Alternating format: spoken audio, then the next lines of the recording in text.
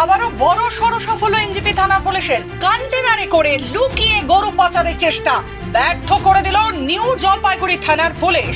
গোপন সূত্রের খবরের ভিত্তিতে শনিবার সকালে ফুলবাড়ির চুনাভাটি এলাকায় গরু ভর্তি একটি কন্টেনার আটক করে শিলিগুড়ি মেট্রোপলিটন পুলিশের নিউ জলপাইগুড়ি থানার পুলিশ।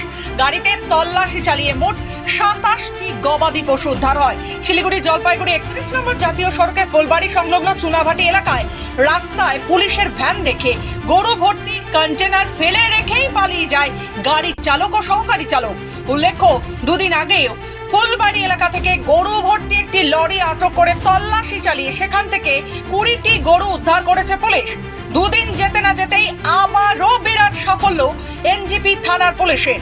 জানা গেছে, পুলিশের চোখকে ধুলো দিতে কন্টেনারে করে 27টি গরু বিহার থেকে ফুলবাড়ি হয়ে আসামে নিয়ে যাচ্ছিল পাচারকারীরা।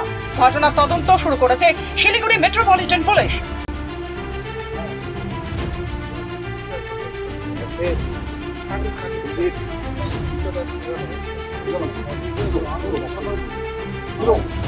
শিলিগুড়ি থেকে নিজস্ব প্রতিনিধি রিপোর্ট, খবর বাংলা।